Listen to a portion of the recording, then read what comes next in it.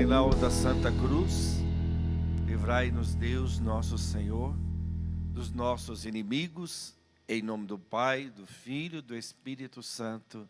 Amém. Amém. Louvado seja o nosso Senhor Jesus Cristo. Para sempre seja louvado. Nós faremos agora esse momento de pregação e de oração por cura e por libertação, pedindo a Jesus uma grande graça para a sua vida. Que você se sinta amparado, guardado pelo amor de Deus. O tema que nós iremos falar nesse acampamento, Fé e Milagres: não ficarei derrotado. Não ficarei derrotado. Eu me lembro da minha infância, e olha que tem muito tempo. Mês que vem já completo 63 anos de idade. Então eu me lembro que quando nós, meninos, em Goiânia, onde eu passei a minha infância, nós brincávamos nos campos de futebol de terra, pés descalços. E eu me lembro aqui de uma figura, nosso picolezeiro. Ele vendia picolé, era o Pisquila. O Pisquila teve um problema no nascimento de falta de oxigenação no cérebro. Ele nasceu com alguns problemas motores. Andava, mas meio desengonçado. Falava um pouco devagar. E no entardecer, quando a gente ia jogar bola, e olha que era campeonato, valia, a gente dava o sangue.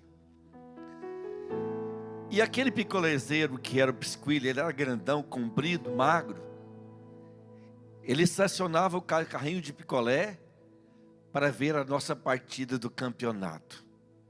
E a maior vontade que ele tinha era de entrar no campo e jogar um pouco. Mas as experiências que nós havíamos tido com o Pisquila, quando colocava ele sempre no finalzinho, o time que o Pisquila jogasse estaria derrotado. Porque ele, além de ser trapalhão, de vez em quando ele até fazia gol contra. Mas um dia, num desse jogo de campeonato, tinha um rapaz que eu me lembro o nome dele, era Heraldo. Ele era o dono da bola, mas era uma pessoa de coração muito bom.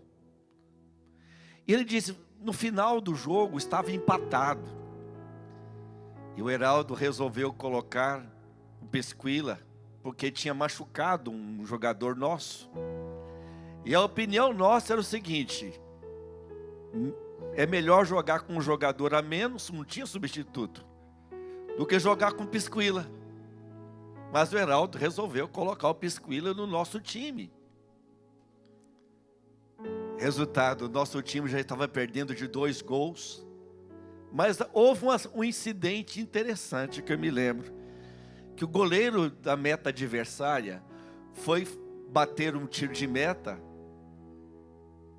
E o Pisquila, que estava na beirada, tinha machucado o pé, tinha arrancado a ponta da unha, porque a gente jogava descalço. E de vez em quando chutava pedra. E ele veio mancando e passou na frente da bola, o goleiro bateu no Pisquila. Gol do Pisquila. Nossa, foi a festa dele. Perdemos o jogo de 4-2. Aquele jogo do campeonato. Mas eu lembro de uma frase do Pisquila. Feliz que ele tinha feito um gol. Por acidente, mas fez. Ele disse assim: hoje foi o dia mais feliz da minha vida. Naquele dia, nós olhamos um para o outro assim, os meninos. Nós sentimos que aquela nossa derrota teve um ar de vitória. Ninguém foi embora para casa com raiva por ter sido derrotado. O que valia ali não eram os gols. O que tinha valido ali era a consideração. Pisquila, que nunca entraria num jogo de campeonato, ele entrou no final porque tinha machucado um. Todo mundo era contra. Mas foi ele que fez a diferença. Porque vimos que o que vale a pena não é a vitória, em si pelo placar. O que vale é a vitória do amor. Essa é a melhor vitória. A vitória da fidelidade, a vitória da consideração para com os outros. Quero falar então sobre isso, não ficarei derrotado. Eu quero pegar um trecho do livro do profeta Isaías, no capítulo número 50. Do capítulo 50 até o 53, nós estudamos esse trecho na palavra de Deus como o cântico do servo. Isaías é aquele que visualiza o Cristo Jesus, até descrevendo com precisão o sofrimento dele na cruz. Isaías é aquele que lá no capítulo 7, no versículo 14, ele diz: eis que uma virgem conceberá e dará à luz a um filho, e chamará seu nome Emanuel, que significa Deus conosco. Então Isaías é o profeta que o próprio Jesus cita o livro do profeta Isaías no capítulo 12 do Evangelho de São Mateus, dizendo: é preciso que se cumpra a palavra do profeta Isaías. Jesus se aplica a si a figura do servo sofredor, que é apresentado no capítulo 50 do livro do profeta Isaías. Aqui Isaías está descrevendo Jesus. Versículos 4 em diante, a palavra de Deus vai nos dizer assim: o Senhor meu Deus deu-me uma língua de discípulo, para que eu saiba reconfortar o que está abatido. Cada manhã Ele desperta os meus ouvidos para que eu ouça como discípulo. O Senhor Deus abriu-me o ouvido e eu não relutei, não me esquivei. Aos que me feriam apresentei as espáduas e as faces àqueles que me arrancavam a barba. Não desviei o rosto dos ultrajes e dos escarros. Mas o Senhor Deus vem em meu auxílio. Por isso, não me senti desonrado.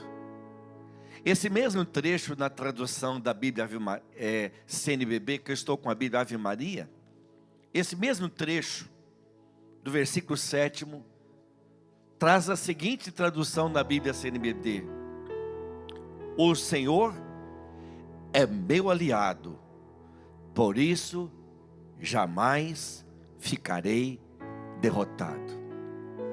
Repita isso também aí, onde você está.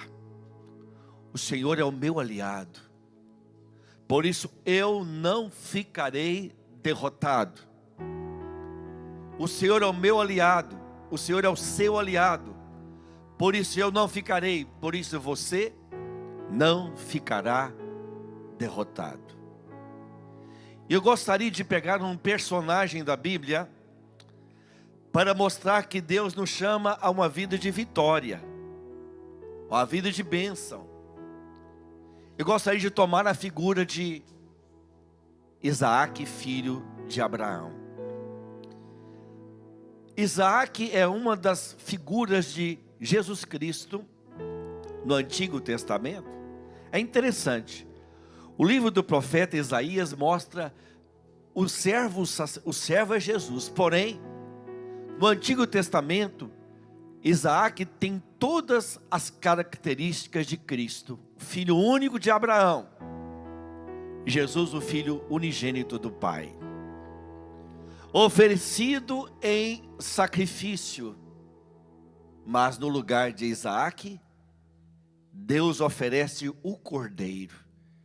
Então, um dos modelos muito bonitos que nós temos, que nós podemos ver que Deus não nos deixa derrotados. Deus levanta-nos da poeira. De toda derrota, Deus faz uma vitória se a gente continua fiel. Eu quero pegar a história de Isaac. O capítulo 22, nos mostra Isaac sendo oferecido em sacrifício. É interessante, ele era o filho único de Abraão, filho da velhice, e ele quase é oferecido em sacrifício pela fidelidade de seu pai Abraão. Mas Deus sustém a mão de Abraão e salva o seu filho, dizendo: não, porque você foi fiel, tu és o pai de uma nação, o pai daqueles que têm fé. Então capítulo 22 é o livro do sacrifício, é o momento em que Abraão oferece Isaac. Mas eu quero pegar com vocês um outro trecho e um outro aspecto da vida de Isaac logo após a morte de Abraão, que é do capítulo 26 do livro do Gênesis, que é quando Isaac, o filho da promessa, ele vai estar no meio dos filisteus, e ele vai ter que continuar sendo fiel a Deus. Embora ele fosse o filho da promessa, que Deus havia dito para Abraão, que dele faria uma nação, e é justamente Isaac que vai ser aquele que vai gerar Jacó, que Deus muda o nome para Israel, e de Israel nasce as 12 tribos. Isaac é fundamental para mostrar a fidelidade a Deus, a fidelidade daquele que mesmo no meio da adversidade não perde a esperança. O capítulo 26 do livro do Gênesis vai nos dizer que sobreveio uma fome à região onde Isaac morava, que ele foi ter com Abimeleque, rei dos filisteus, em Gerara. O Senhor apareceu-lhe e disse: não desças ao Egito, mas fica na terra que eu te indicar. Abraão era estrangeiro numa terra, e seu filho também era estrangeiro. Mas aqui a palavra de Deus vai nos dizer que Deus dá uma ordem para ele quando havia muita fome na terra: não desças ao Egito, não faça como seu pai, não vá para o Egito. É o momento onde Deus não quer que a gente dependa dos homens. O Egito aqui representa a segurança humana, o poder humano, representa as coisas do mundo. Deus prometeu para aquele homem, Isaac, que ia cuidar dele no meio de um povo que passava fome, que passava necessidades.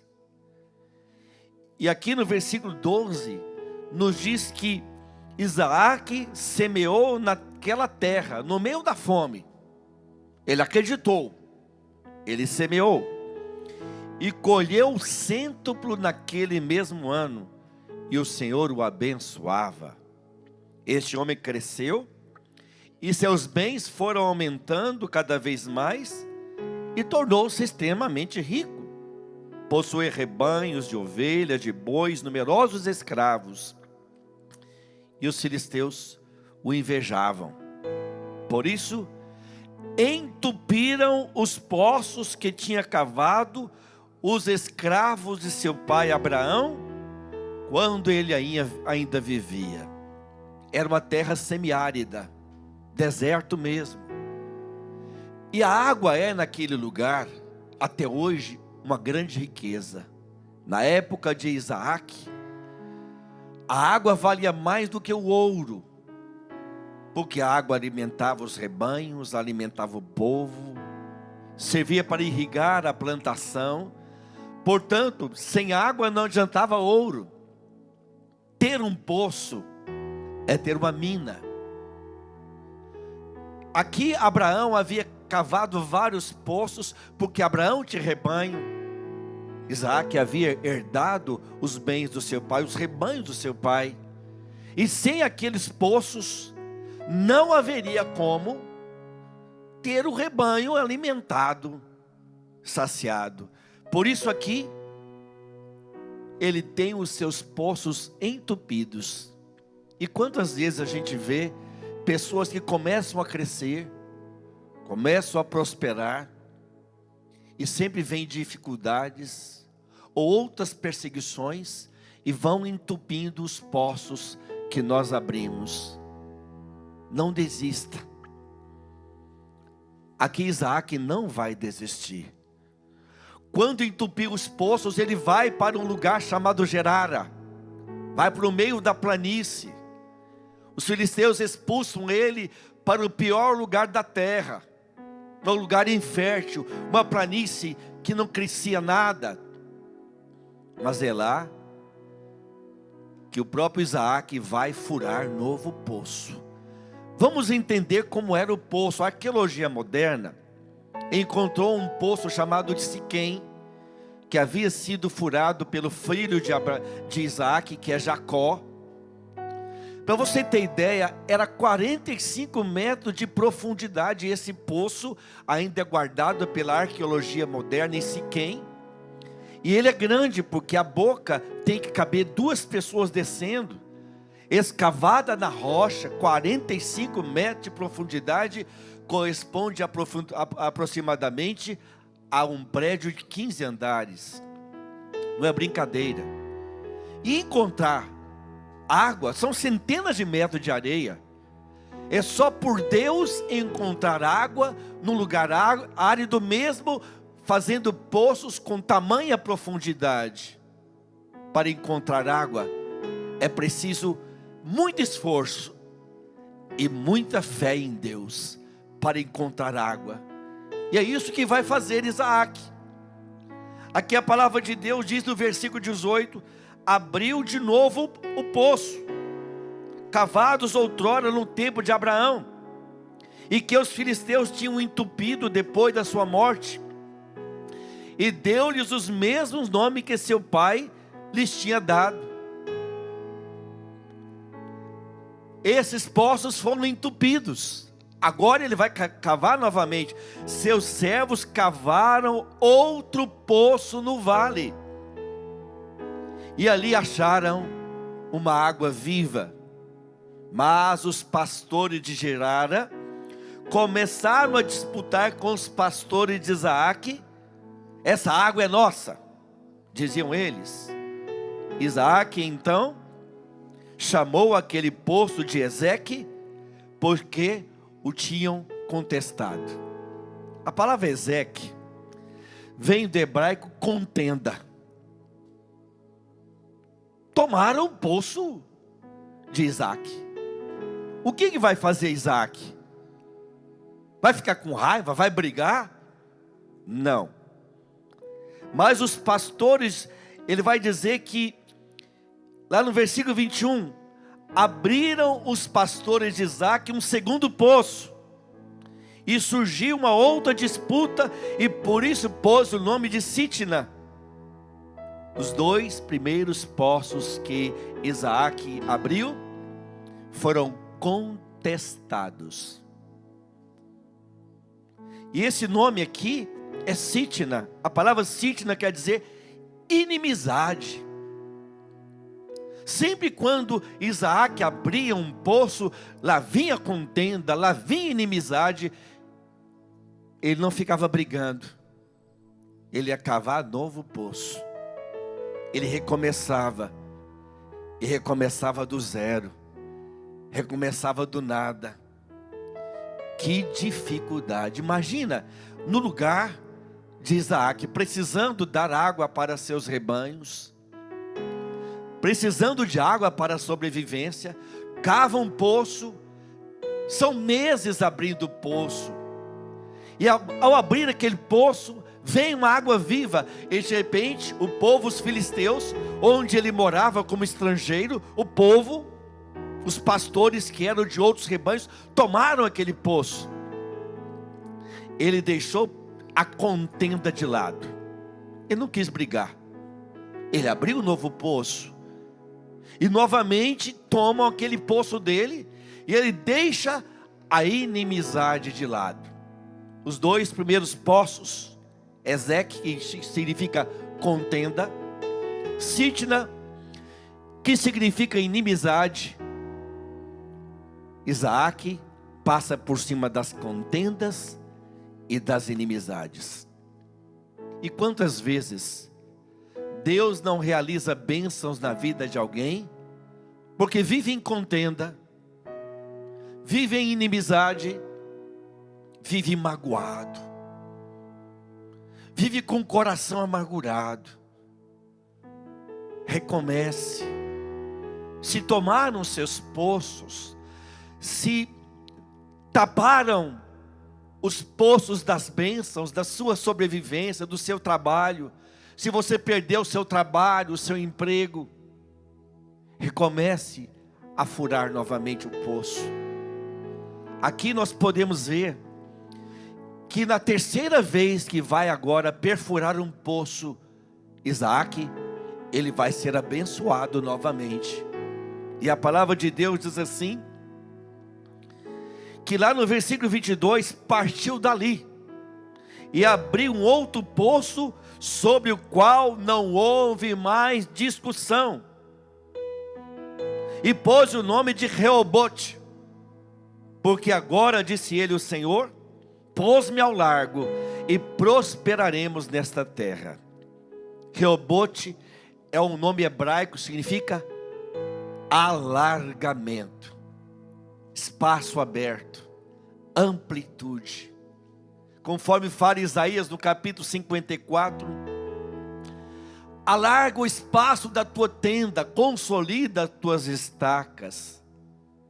A bênção só veio sobre Isaac quando ele deixou de lado as inimizades, quando ele deixou de lado as contendas e perfurou novamente um poço, e ali já não houve mais contenda, já não houve mais discussão.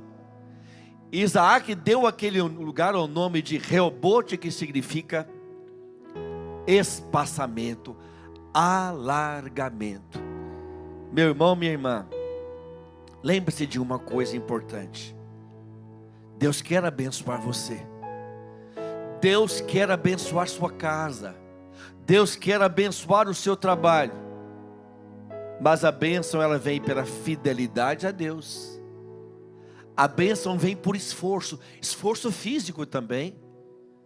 A bênção vem pelo recomeço, e a bênção vem pela oração. Como podemos ver aqui, que logo depois que ele abriu esse poço, o que vai fazer Isaac? Como não tem nenhuma contestação, ele vai colocar tudo nas mãos de Deus. E a palavra de Deus nos diz, no versículo 23, do capítulo 26, do livro do Gênesis: dali subiu a Bersabeia. Naquela mesma noite, o Senhor apareceu-lhe e lhe disse: eu sou o Deus de Abraão, teu pai. Nada temas, porque eu estou contigo. Eu te abençoarei. Tua descendência por causa de Abraão, meu servo. Isaac construiu um altar nesse lugar e abençoou o Senhor. Levantou-se dali a sua tenda e seus escravos e foram cavar um novo poço. Por que Isaac vai cavar um novo poço? Nunca podemos ficar acomodados no lugar onde estamos, com aquilo que temos às mãos, mas precisamos progredir, ir em frente. Isaac tinha tudo para ser uma pessoa derrotada. Tudo que ele começava, os filisteus contestavam. Tudo que ele ia em frente, de repente, os outros tapavam os poços dele. Mas ele continuava se esforçando.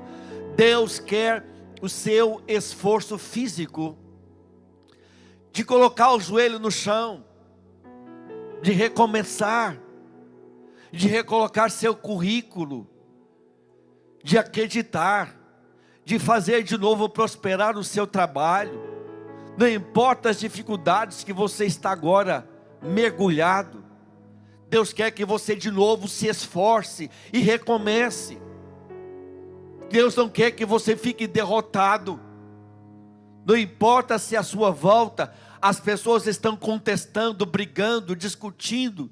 Deus não quer isso para você. Deus quer que você seja alguém de oração. Aqui o Senhor aparece para Isaac e lhe diz: eu estou contigo, nada temas. E ele ergueu um altar. Isaac ergueu um altar. Como está o altar da adoração no seu coração, meu irmão? Como está? Muitos de nós temos dentro de nós um altar, sim. Nós somos um templo onde habita Deus. Somos um templo onde Deus está presente. E aqui é o lugar onde nós devemos erguer o altar de Deus. Muitas pessoas que no meio do sofrimento e da tribulação começam a parar de orar, param de adorar o Senhor, param de acreditar, demolem o altar do Senhor. Aqui é o contrário. Quando Isaac tem o primeiro sinal da bênção, o primeiro poço que jorra água, o que ele vai fazer? Ele vai erguer um altar ao Senhor. Refaça a sua vida de oração. Recomece. Deus sabe que está difícil para você, mas você não ficará derrotado. Deus não quer que você fique parado.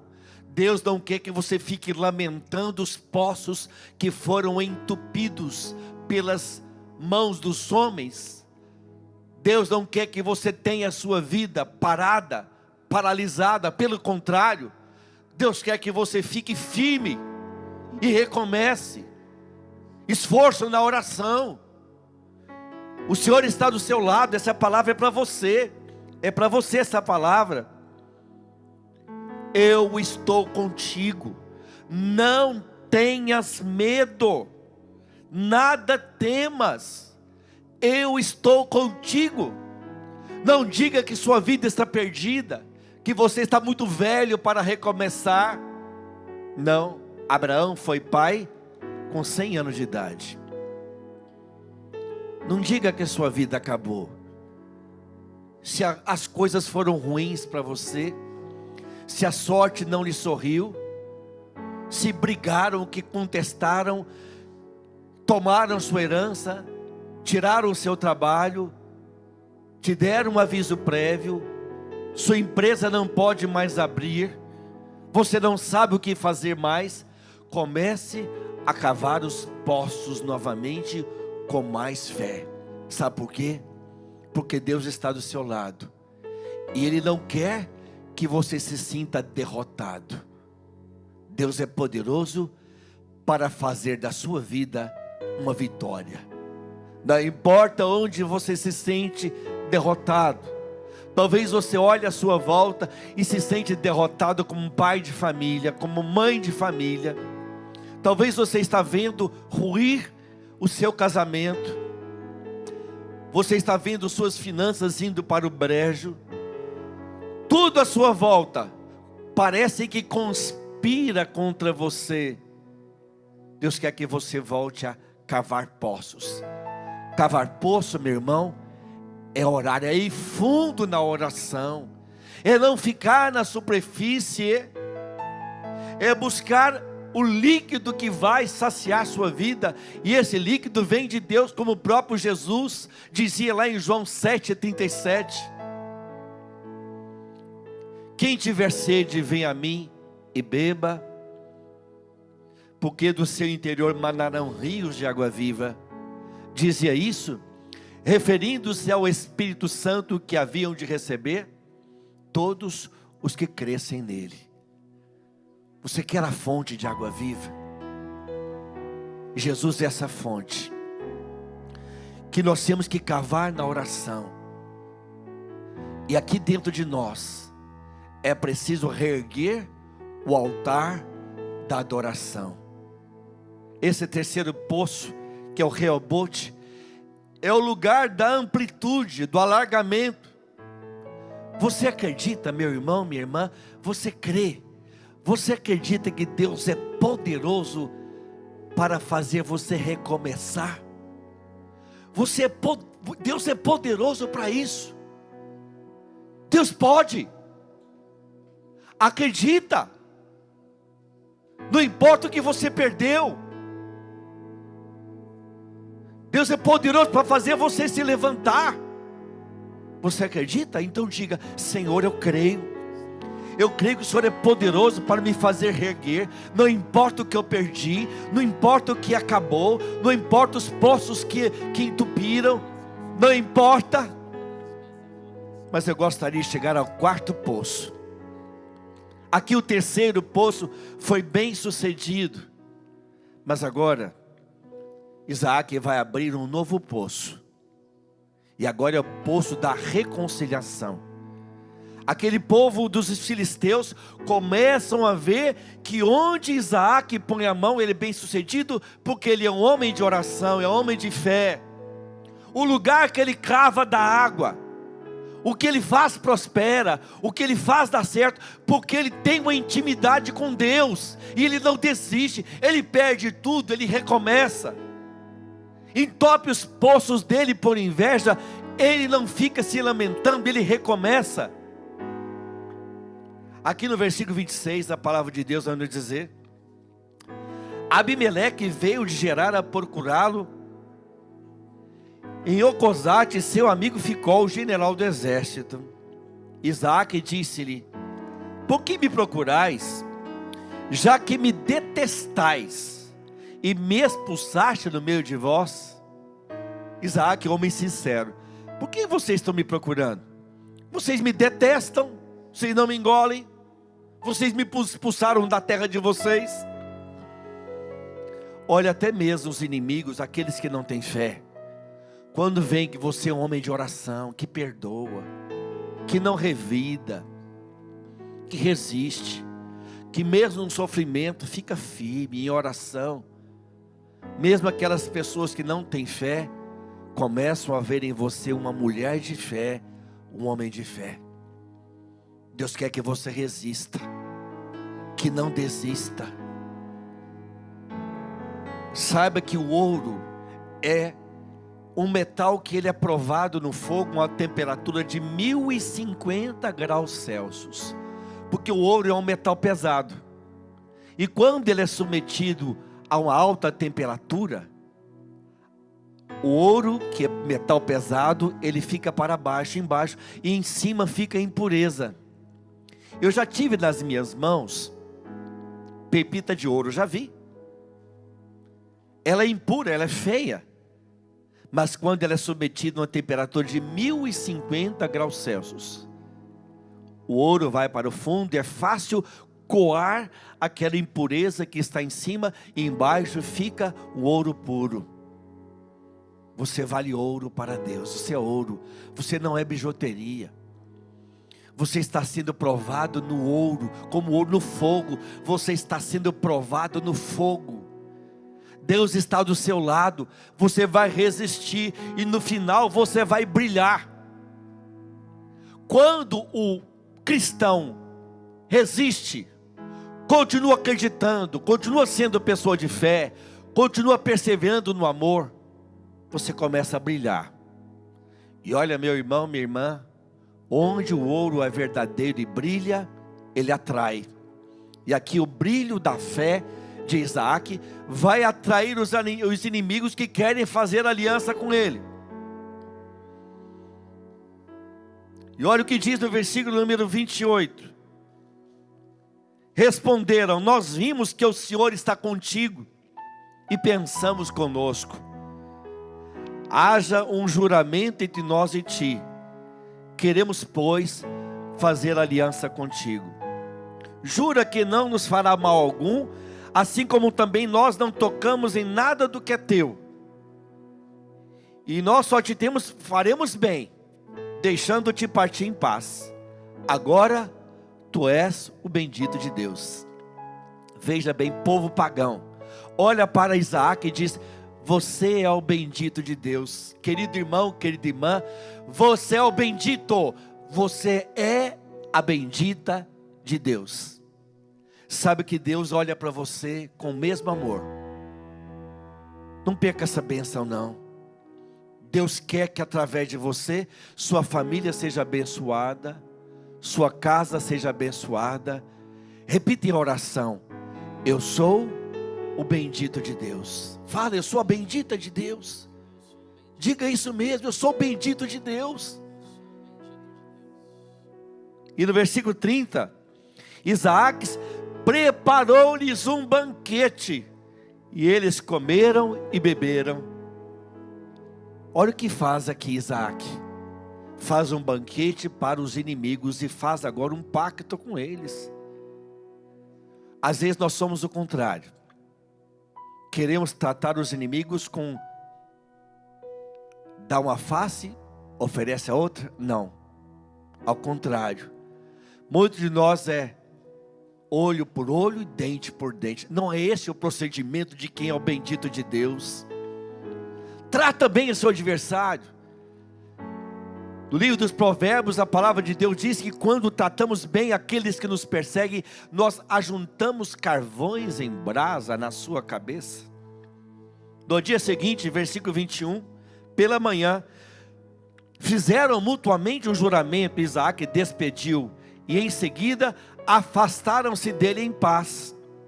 Neste mesmo dia, os escravos de Isaac vieram dar-lhe notícias do poço que haviam cavado. E disseram eles: este poço chamará Sibea, de onde vem o nome Bersabeia, nome da cidade que se conserva até hoje. Sabe o que significa Bersabeia ou Sibeia? Poço da aliança, poço do juramento. Encontraram muita água.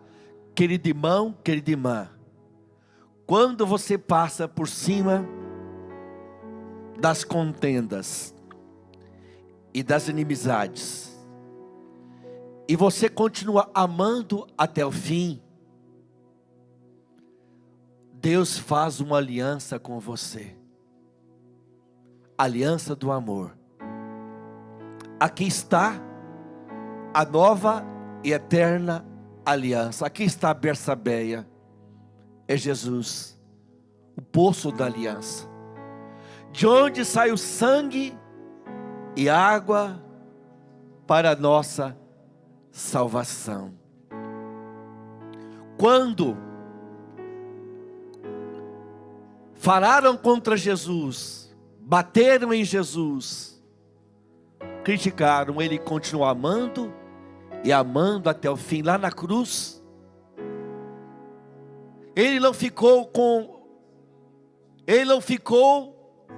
o coração amargurado, com a ingratidão, com a sítina, com as contendas. Não. Pelo contrário, Jesus na cruz disse: Pai, perdoai-lhes porque eles não sabem o que fazem.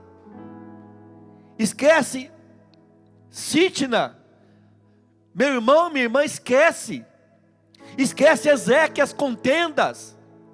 Diga como Jesus: Pai, perdoai-lhes porque não sabem o que fazem.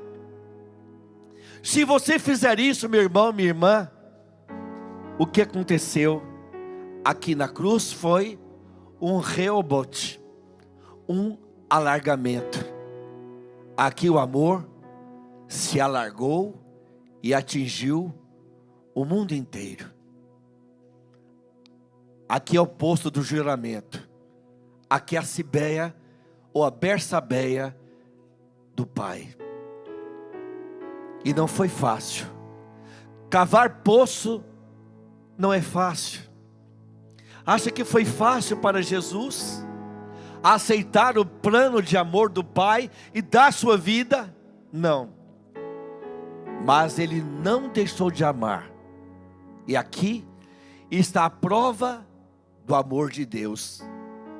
A prova de alguém que se esforçou humanamente. Jesus teve que se esforçar, porque acima de tudo o que aconteceu, ele sabia que não seria fácil ir para a cruz, mas era o único modo de vencer a contenda, de vencer a inimizade, era amando até o fim. Indo fundo. Ninguém foi tão fundo no amor como Jesus. Por isso que está aqui o abismo da misericórdia. Ninguém foi tão fundo no amor como Ele. Por isso Deus transforma a derrota em vitória. Os poços que foram tapados pelos filisteus, Isaac de novo ergueu-se e furou, ergueu-se do pó e foi lá furar o poço de novo, e encontrou água, deixou a inimizade de lado, deixou a contenda de lado, perfurou, e Deus transformou a derrota em vitória. Deus é poderoso para transformar sua derrota em vitória. Você acredita nisso? Olha para a cruz. A cruz é a maior prova da nossa vitória, daquilo que parecia perdido. Na época de Jesus, como falava em Deuteronômio capítulo 21, versículo 23, todo aquele que fosse suspenso no madeiro era um maldito. A cruz era a pior maldição, era a morte mais desonrosa, porque era a morte onde a pessoa tinha as vestes retiradas, uma morte lenta, agonizante, dolorida. Era um instrumento de desfiguração de um corpo humano. Era a morte mais terrível.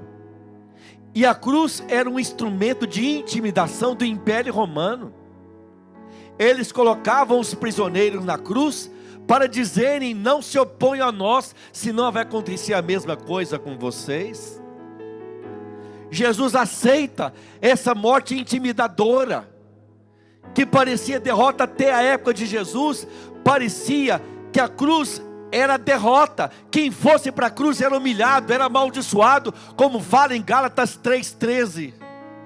Cristo remiu-nos da maldição, fazendo-se por nós maldição, pois está escrito: maldito todo aquele que é suspenso no madeiro. Maldito. Aqui está a pior das mortes, a pior das humilhações, o pior dos sofrimentos. Sem dúvida, parecia a maior derrota. Até Cristo, cruz, era a maior derrota e humilhação. Mas de repente, os olhos se voltam para aquele que amou até o fim. E Ele fez tudo isso por amor ao Pai.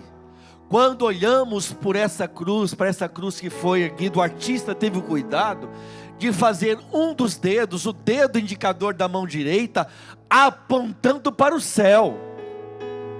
O dedo da mão direita aponta para o céu. Da mesma forma que Deus fala para Isaac: eu estou contigo. Jesus sabia que o Pai estava com ele. Jesus sabia que esse gesto de amor, de obediência, de fidelidade seria recompensado.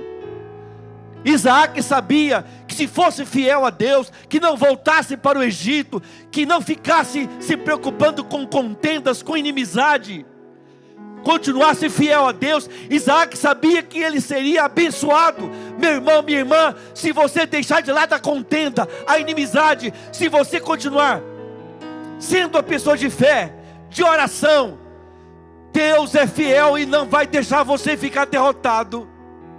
Deus não deixará você perder a vitória que já é garantida para você.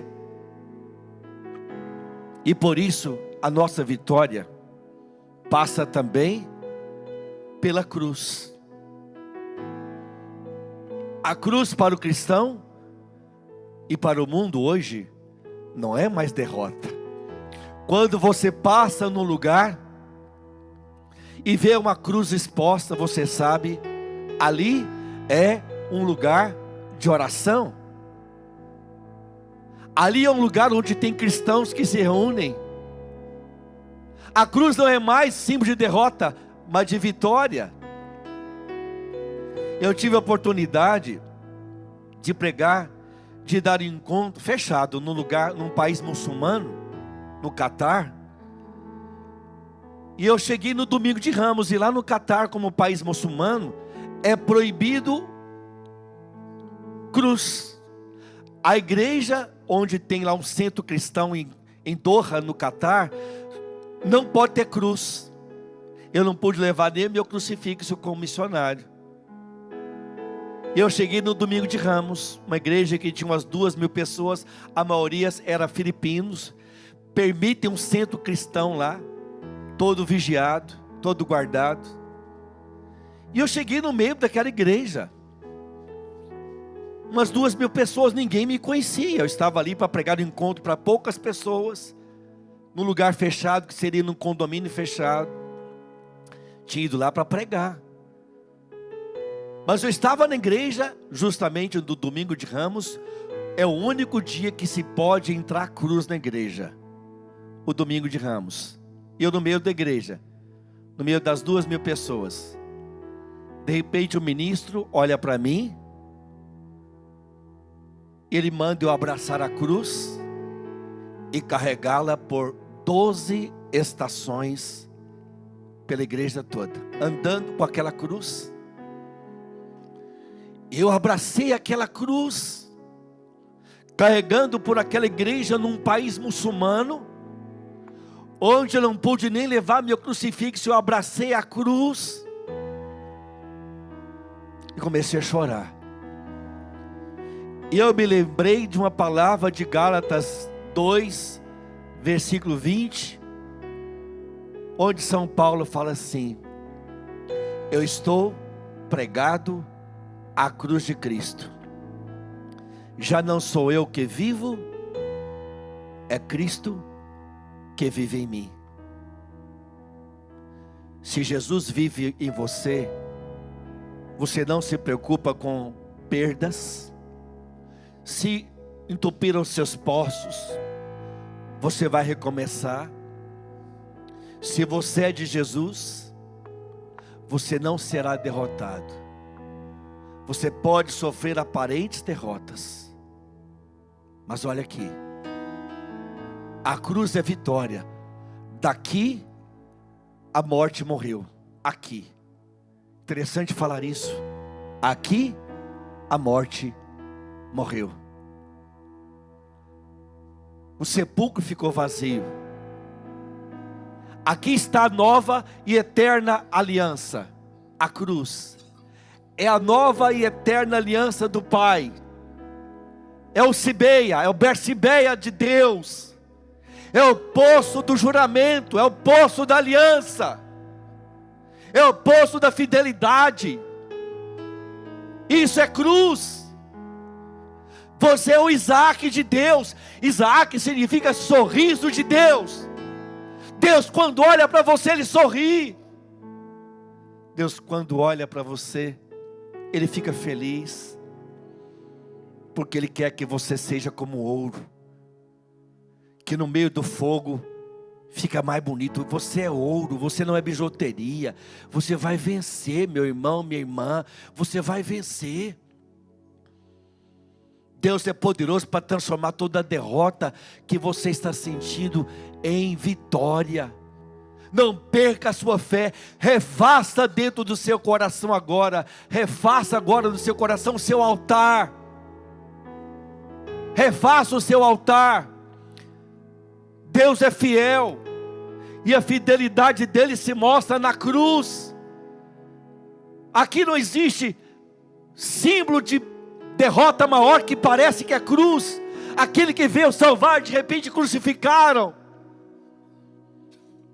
Mas aqui o amor venceu. E o amor, como diz em Cânticos 8, versículo 6, o amor é mais forte do que a morte. Aqui está a prova que o amor é mais forte do que a morte. Você é o Isaac de Deus. Deus, quando olha para você, Ele sorri de felicidade. E Ele quer você fiel, Ele quer você firme. Levante-se. Em nome de Jesus, levante-se. Volte a cavar os poços. Recomece de onde tiraram as coisas de você. Recomece. Você vale muito para Deus. Deus é poderoso para fazer através de você um homem de bênção. Você é o bendito, você é a bendita de Deus, Deus de amor e de bondade. Eu quero pedir agora por cada irmão e cada irmã. Quantos agora, nesse momento difícil que estamos vivendo, estão se sentindo derrotados? Entupiram os poços que você cavou, contestaram,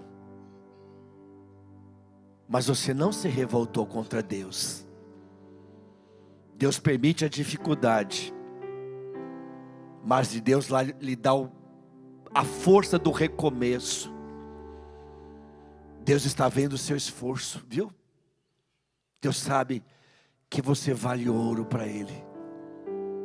E toda vez que você se sentir fracassado, que ninguém der valor a você, que tomarem suas coisas, que entupirem os seus poços, olhe para a cruz de Cristo. Olha para o Bersabeia, para a Cibeia, para o poço do juramento. Olha para a cruz. Olha para cá. E lembra que quando a gente olha para a cruz, nós olhamos para o amor do Pai, do Filho e do Espírito Santo. O ato da cruz é trinitário. O próprio Jesus disse: eu e o Pai somos um. Se o Filho foi crucificado, o Pai foi crucificado junto com o Filho e com o Espírito Santo. Sim, somente Jesus como homem foi crucificado. Mas aqui estava o amor da Trindade presente. O amor estava aqui presente. Por isso Jesus aponta para o céu. Lembre-se, quando você se sentir derrotado, olhe para a cruz e você vai ver o céu. Olhe para a cruz e você vai ver o céu. Passe pela cruz e você vai ver o céu. Esteja crucificado com Cristo e nós veremos o céu. Não tem outra forma de nós encontrarmos o céu se não passarmos pela cruz também. A cruz do sofrimento, da ingratidão, do esquecimento, da perseguição, do esquecimento. Mas quando você passa pela cruz, e está crucificado com Cristo, você vai ao céu. Como esse dedo que aponta para o infinito. O seu lugar é o céu. Se aqui na terra você passar por sofrimento, lembre-se, você é cidadão do céu. Jesus veio para apontar a cada um de nós o caminho do céu. E aqui está o lugar do juramento. Do juramento eterno, da nova e eterna aliança. Por isso você vai dizer: eu não ficarei derrotado. Diga isso em oração. Fale: eu não ficarei derrotado. Eu não ficarei. E eu quero orar por você, meu irmão e minha irmã. Senhor Jesus, obrigado porque hoje eu me sinto como um Isaac, o filho do sorriso, o filho da promessa. Isaac, o filho da promessa. Meu irmão, minha irmã, você é o filho da promessa. Deus deposita em você todas as promessas. Talvez você esteja vivendo como nessa época de Isaac, um tempo de fome, de perseguição, onde você é criticado porque tem fé, mas fique firme. Mesmo que você tenha muitos poços da sua vida enterrados, continue cavando. Deus vai lhe dar força para recomeçar com mais força ainda. Olha para a cruz, que é o lugar do recomeço. É o Bersabeia, é o Cibeia de Deus, é o poço do juramento. O Senhor me mostra Ele tocando no coração de uma pessoa que disse agora mesmo: eu perdi tudo, e você estava até desistindo de si mesmo, da sua casa, das suas coisas. Você perdeu coisas materiais, você não perdeu o autor da promessa, que é Jesus. Você que está doente e sente que dentro de você as suas doenças, você tem até medo de ir no hospital, e você está se sentindo um nada por causa desse medo. Neste momento, sinta-se agora pregado à cruz de Cristo. Jesus está arrancando de você esse medo terrível, esse pavor, esse sentimento dentro de você, medo de morrer. Se você olha para a cruz, você não tem mais medo da morte, porque você sabe que é fiel aquele que lhe deu a vida eterna pela cruz. Ele é fiel. Jesus, eu quero te pedir neste momento que o Senhor venha ainda curar o coração das pessoas mais sofridas. O Senhor me mostra Ele tocando pessoas idosas. Ele está pegando no seu braço agora e está lhe dizendo: sua vida não acabou. Não enterre a si mesmo. Não enterre a si. O Jesus agora está segurando de uma mão de uma pessoa também, que você está vivendo um momento muito triste na sua casa, de brigas, de contendas, de discussões. Perdoa. Alarga seu coração, como no terceiro poço cavado por Isaac, o poço do alargamento, o Reobote de Deus. Alargue seu coração. Deixa neste momento Jesus tirar esse ódio do seu coração, essa raiva. Peça agora para o Senhor fazer um Reobote dentro do seu coração, um alargamento, um espaçamento. Deus é poderoso para fazer isso. Alarga meu coração, alarga, alarga. Lembra que foi aqui onde saiu sangue e água.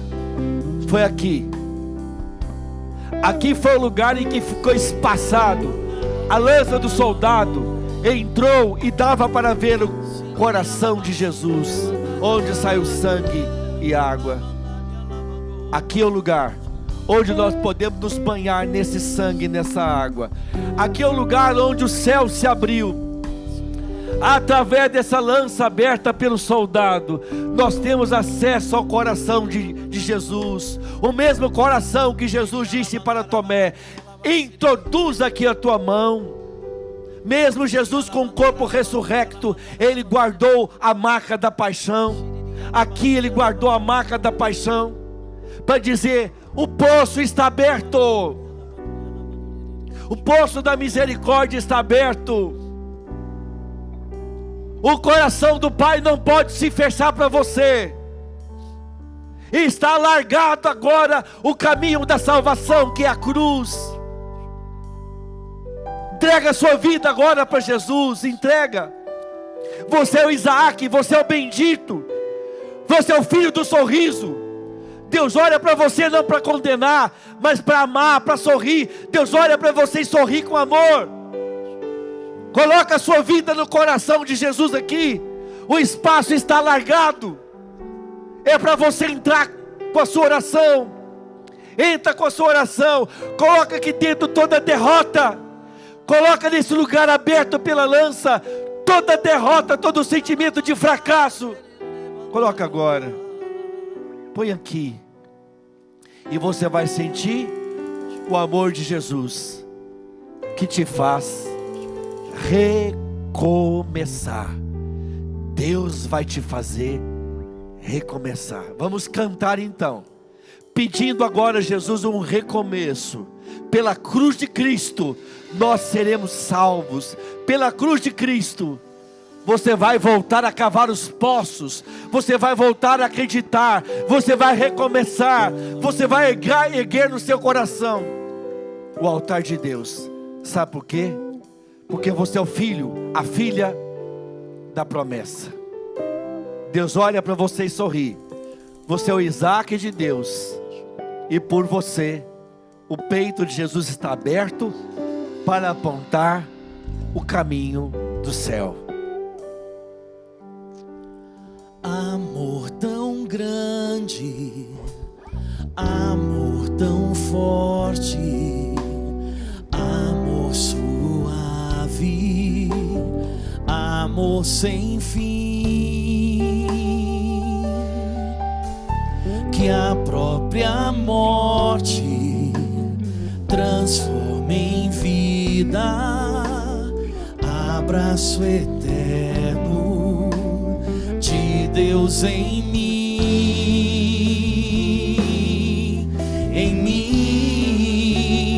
nem as torrentes das grandes águas conseguirão apagar esse amor, pois suas chamas são fogo ardente. Mais do que a morte é tão forte esse amor. Nem as torrentes das grandes águas conseguirão apagar esse amor, pois suas chamas são fogo ardente. Mais do que a morte é tão forte esse amor. Nós colocamos, Senhor, na Tua misericórdia, toda essa tarde que o Senhor nos dá. Nós sabemos que muitas graças estão sendo derramadas neste momento, e estão sendo derramadas porque o Senhor é Senhor. Não há nada que seja depositado, mergulhado na Tua misericórdia, que não seja transformado, que não seja coberto de salvação.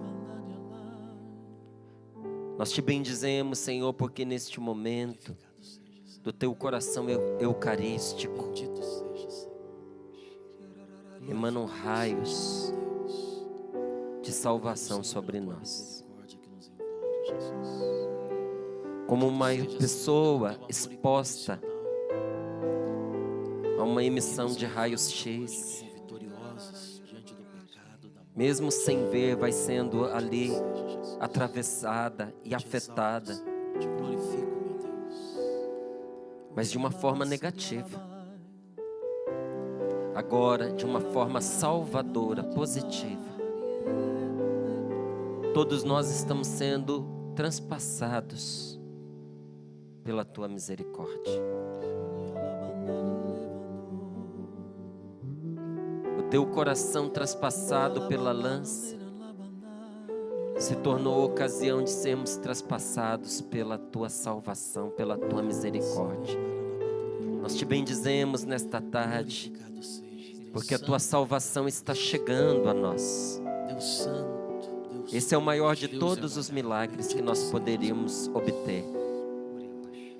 É o Senhor entrando na nossa vida, é o Senhor habitando conosco, é o Senhor nos mergulhando na Sua misericórdia, é o Senhor estabelecendo a Sua salvação sobre nós. Nós Te bendizemos, porque nesta hora de misericórdia, nenhuma oração que foi levantada diante de Ti ficou sem resposta, deixou de ser ouvida. Deus ouviu sua oração, Deus ouviu sua oração. Tem essa paz dentro de você, você pode dizer isso: Deus ouviu a minha oração. E a sua resposta virá a seu tempo. Para algumas pessoas a resposta vem mais rápida, porque as condições para essa resposta se aprontam de forma mais rápida. Para outros um pouquinho mais de tempo, para outras ainda um pouquinho mais.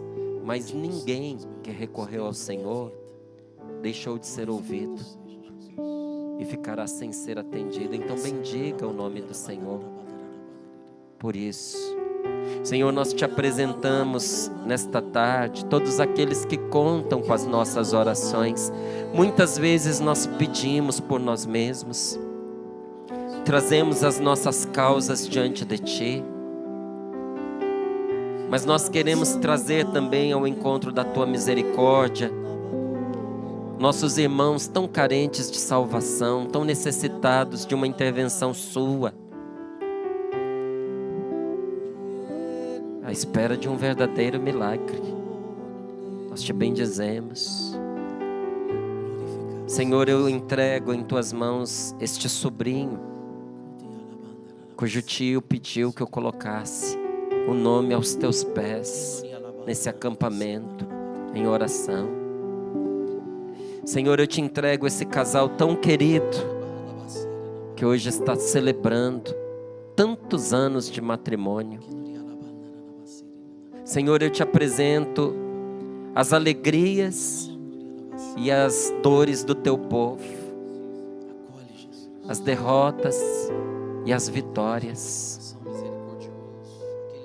as necessidades, mas também toda a esperança de ser atendido nessas necessidades. Tudo, Senhor, tudo nós colocamos agora aos Teus pés e sabemos que não há situação que o Teu milagre não possa alcançar. Tu és, Senhor, o Deus de milagres. O Senhor nos dá a vitória. Tu és o Deus que nos dá a vitória, que nos leva a vencer todas as situações de desespero. Até digo a você que está rezando conosco, às vezes a gente fica esperando tanto que a nossa situação seja proclamada, que alguém diga o que Deus está fazendo e que seja a nossa situação. É muito bom quando isso acontece, até para a gente tomar posse. Mas quando há fé, você sabia que nem isso é preciso? A palavra de ciência, ela vem muitas vezes em socorro da nossa fraqueza. Que às vezes a gente precisa ouvir para dizer: é comigo, eu acredito, eu tomo posse. Mas você já parou para pensar que talvez a sua situação não tenha sido proclamada? Porque nosso Senhor já depositou no seu coração a fé necessária para você alcançar o milagre? Então diga: eu tomo posse. Tomo posse da minha vitória. Eu confio em nosso Senhor, eu confio em Deus. Eu não ficarei derrotado. Bendito seja Deus. Confia no Senhor.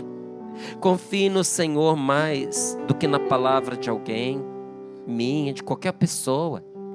Confie no Senhor mais do que nas suas próprias expectativas. Confie que a misericórdia de Deus é maior do que todas as coisas. Na parte da manhã, quando eu tinha terminado a pregação, eu me encontrei com meu filho. E o meu filho me perguntava: pai, situações assim podem levar uma pessoa para o inferno? E eu dizia para o meu filho, e digo agora para você: nosso Deus é um Deus de misericórdia, que alcança todas as realidades, mesmo aquela que às vezes aos nossos olhos parecem perdidas. Confie em Deus mais do que nos seus critérios. Confie em Deus mais do que no seu próprio julgamento. Deus é Deus para além das suas medidas. Às vezes a gente coloca para Deus uma medida de como ser Deus, né?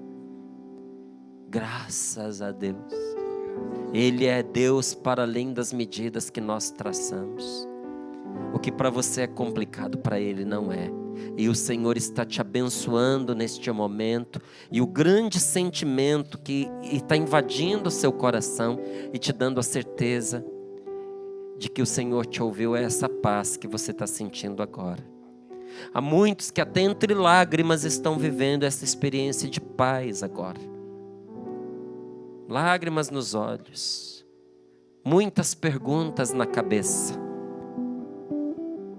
Talvez como Nossa Senhora perguntando como é que isso vai se dar. Mas dentro do seu coração agora você tem algo que antes você não tinha. Uma certeza. Confirmada pela paz que você está sentindo. O Senhor está com você. O Senhor te visitou nessa tarde. E não visitou como uma visita que chega, toma um café e vai embora. Ele chegou para ficar. Obrigado, Senhor, muito obrigado.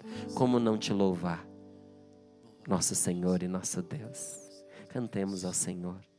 Ninguém te ama como eu. Ninguém te ama assim como eu. Olhe pra cruz, esta é a minha grande prova. Ninguém te ama como